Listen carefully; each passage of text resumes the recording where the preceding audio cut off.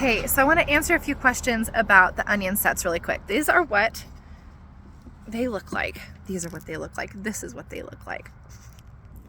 So they come roughly with about 50 plants per bundle. And each of these individually I'm selling at the shop for $8. And then if you wanted a combo pack of the red, white, and yellow, it's $9. So I wanted to give you a little bit of information about each one because we've had a lot of people ask, and I think they're fair questions. So the candy is a yellow onion. It is classified on the Dixondale website as a sweet onion. It can reach 6 inches in size, has a 3-month storage potential, which I have found that these last longer than what they say when they're stored properly with a lot of air, dark places, and a 90 to 100 day harvest. So we're talking 3 to 4 months. I mean, I know 4 months would be 120, but anyway. Okay, the red onions. The red candy apple is a red, and it's also classified as a sweet onion. They grow smaller. It's like a 3-inch bulb whenever it's said and done. It says that it has 2 to 3 months storage time, which again, I mean, I think you can stretch that quite a bit, and 85 to 90 day harvest. So we're still talking about, like 3 months. And these are superstar white and also classified as sweet. So all 3 of these types of onions are sweet onions. These can grow to be 4 inches. They have a 2-month storage time and a 95 day harvest. So here's the deal with onions. So you can get the little bulbs at Walmart, feed stores. Most of the time they look like this. And to be honest, I don't know what the difference is, but I've only ever successfully grown onions from these. And this is like the 4th year, maybe the 3rd.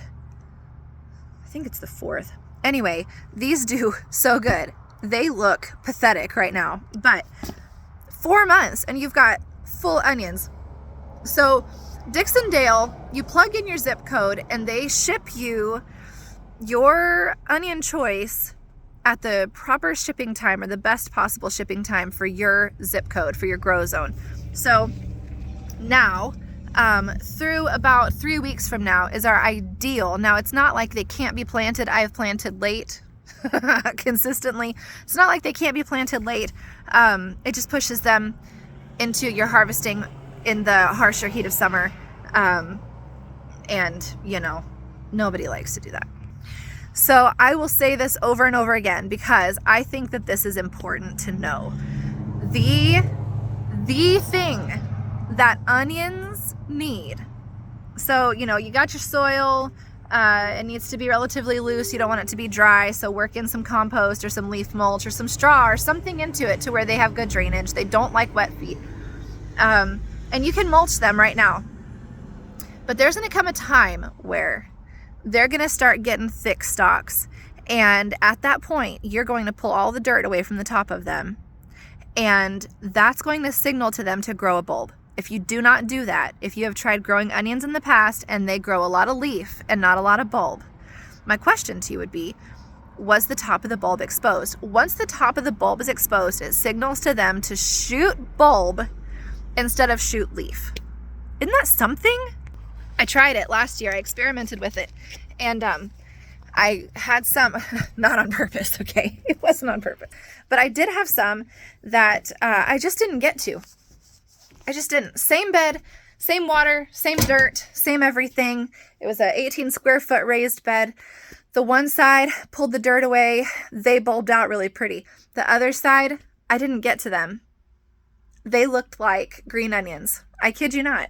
So if you have tried growing onions in the past and you have been unsuccessful, but you didn't pull the dirt away from the top, I guarantee you that's why, and they're worth another shot. You can find more information on DixondaleFarms.com with the variety names that I gave you. It's the candy, red candy apple, and the superstar.